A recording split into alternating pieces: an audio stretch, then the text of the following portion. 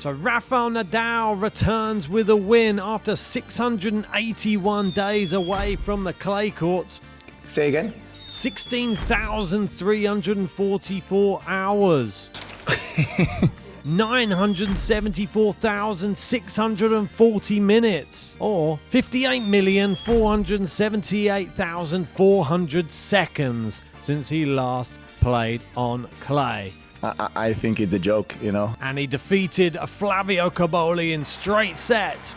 And next up for the King of Clay, it is none other than Alex De Minaur. And this one won't be as straightforward, but make sure to stay tuned because I'm going to be giving you my thoughts on how I think Rafa's going to get on in his second match.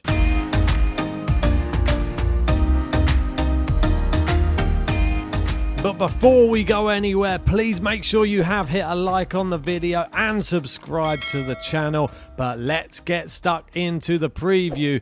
And back in Barcelona, Rafael Nadal, 12-time champion. What a place to make a return to the clay courts. And boy, did he make a return. It was a fantastic victory. He won 6-2, 6-3 against Flavio Cobolli, the young Italian, 21 years old. I'll give you my thoughts on this matchup. Tough to know which Rafa you're going to see. Obviously, it's the first time we've seen him in so long, and I thought he gave a great account of himself.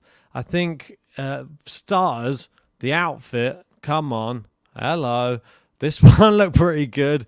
I mean, we'll have a look at that now. Looking great in the sort of mauve with orange trim there, with a couple of sort of salmon sweatbands. This outfit, thumbs up, A-star, well done to Nike and Rafa as well. But back to the actual match itself, I thought it was a good performance. I wouldn't say great from Rafa, but we know his level is so high, he's going to have to take some time to get used to match play, that type of thing. We saw him last really in Brisbane. Wasn't really at the races. He was for a bit, but when he really got put to the test, that's when it all fell apart against Jordan Thompson. Will we see the same thing? It's another Australian player that he'll be playing in round two, but he probably is going to be thinking that was a good performance against Cobolli. Cobolli gave it his best shot. He did make quite a lot of unforced errors, though, Flavio Cobolli, as did Rafa. I think the first set, Rafa only hit 3 winners, 12 unforced errors. Cobolli, I think it was up there with 27 unforced errors. He was going for it. He just couldn't handle the topspin and the power of Rafa in that first set. He came into it a little bit more in the second, but Rafa was just sort of playing with his food a little bit. Didn't want to stretch himself too far, I don't think. Didn't want to go too hard on the serve. Didn't want to run too many things down. And I think that was the right tactic. Does it give us an idea of how good he's going to be in the next round? Not really, because he wasn't playing anybody really of note. And Cobolli wasn't really coming off the back of any great results on clay over his last few matches. Alex De Minaur, on the other hand, it's going to be a completely different matchup. But I feel like it's a good next step for Rafael Nadal. Like Vance is saying here, Cobolli made so many unforced errors. I don't know how to properly gauge Nadal's level. A De Minaur match is going to tell us much more. I agree with that. I think we've got to look at the Nadal match in just little segments. The way that he was hitting the ball, really, really good. Backhand, looked great. Forehand, yeah, spot on. Forehand on the run, amazing. Hit some incredible winners that I didn't expect to see him hit, to be honest. Serve, don't really know. I don't know if he gave it his all, really, to be honest. He had good serve stats. I don't think the serve was very effective. I feel like he was just winning most of it via hard hitting and forcing Cobolli into an error. That was how this match was won and lost. Cobolli tried his best, but over the course of a match, not good enough, unfortunately. Rafa shared his thoughts on it. And this was what he said. He said, I know all the moments I've been through, everything it's cost me to be back on a tennis court at a competitive level. So it always means a lot to be able to compete in a tournament, especially at this point in my career. Yeah, definitely coming to the tail end, as we know. Djokovic as well. Enjoying playing at home with a full court is a nice moment that I enjoyed. We're in a situation not to analyse things too much on a tactical level. Unfortunately, there are many important things before thinking about that. We are trying to adapt to what there is and compete with what we have. Really great way to go about it, to be honest. And this is from Punto de Break interview. Yeah, I think this is the best way you can really handle the way that his topsy-turvy back end of his career is going. It must be a really difficult thing when you really want to play and your body is telling you no. And he's the person who puts sort of mind over matter more than anyone, to the point where he just played with a numb foot and won Roland Garros, which was ridiculous. So I'm sure he doesn't want to put his body through that again. He said there's no pain, which is brilliant. Obviously, he was having problems with like a hip muscle, and that was the thing that was happening before. Great to hear that there is no pain in that, and I think he should just take it as easy as possible, but still aim for the wins. This would be his route through. Should he get to the final? I mean, let's not put too much pressure on the guy, despite him winning it 12 times before. Caboli obviously defeated De Minaur second round. It could be Poprin or Fees in that third round. I think Poprin went out, to be honest, so probably Fees. Humbert or Fokina in the quarterfinal. Tsitsipas, probably semi-final. Alcaraz, as we know, not playing this event. And the final of Rublev or not Rublev, no, he's out. Casper Ruud or Khachanov. Rublev's woes continue, unfortunately. A disappointing defeat to Nakashima in the first round. Very, very sad. I mean, second round, I think, because I think he's got to buy through the first. But he will be up against Alex De Minaur in this next round. And there wasn't much to go off. Obviously, he's not played in this tournament yet, so we don't have any stuff to talk about when it comes to Barcelona. But we can look at his last tournament, and that was a not bad tournament. I'd say Monte Carlo, the best he's ever done there. Got to the quarterfinals, lost to Novak Djokovic, defeated Poprin, defeated Griekspoor. That was a really good performance, and defeated Wawrinka as well. That's the only clay court tennis he's played. The Djokovic match was a bit of a battle between two players, not really playing great, and both getting their serve broken a lot. So I'm not really sure what to take from that one, apart from the fact he ran Djokovic close in 2 sets. Going back to last year's clay performances, he won 4, lost 5 on the clay courts. I think he's growing as a player, so I'm not going to take that into consideration too much. And if you have a look at last year's performances, just to see who he lost to, Echeverry, quarterfinalist at Roland Garros, probably no shame in that one. Fucsovics, maybe should have beaten him. That was in Rome. Karatsev, lost to him in Madrid.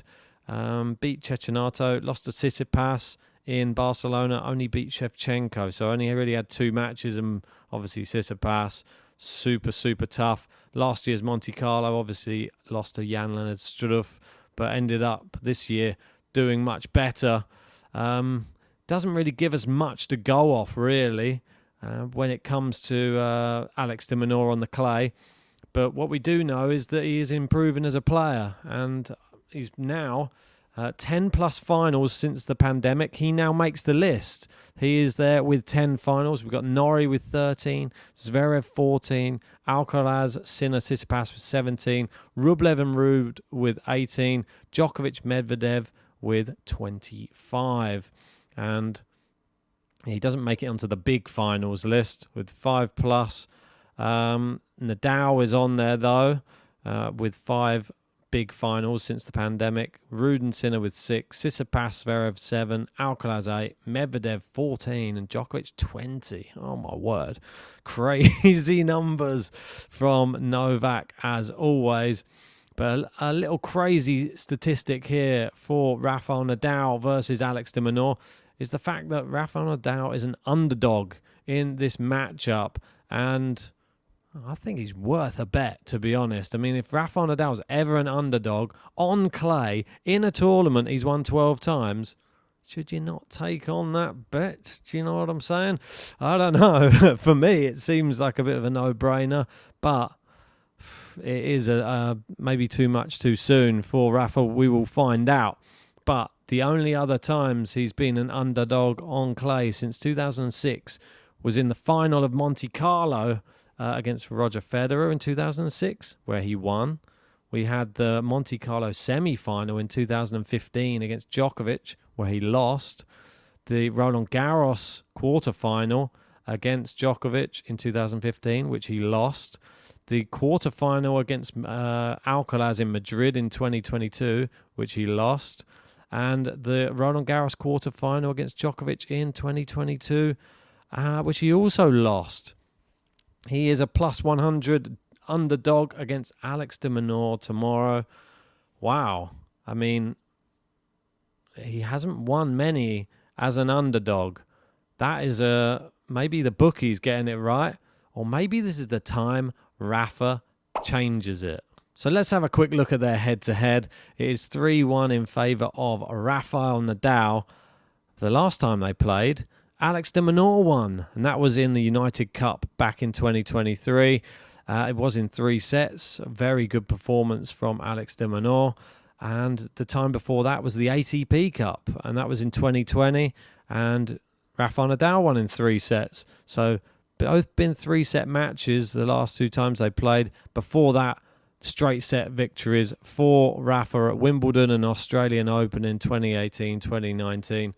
They have played 3 sets every time they've played, but they've never played on clay. So which way is this one going to go?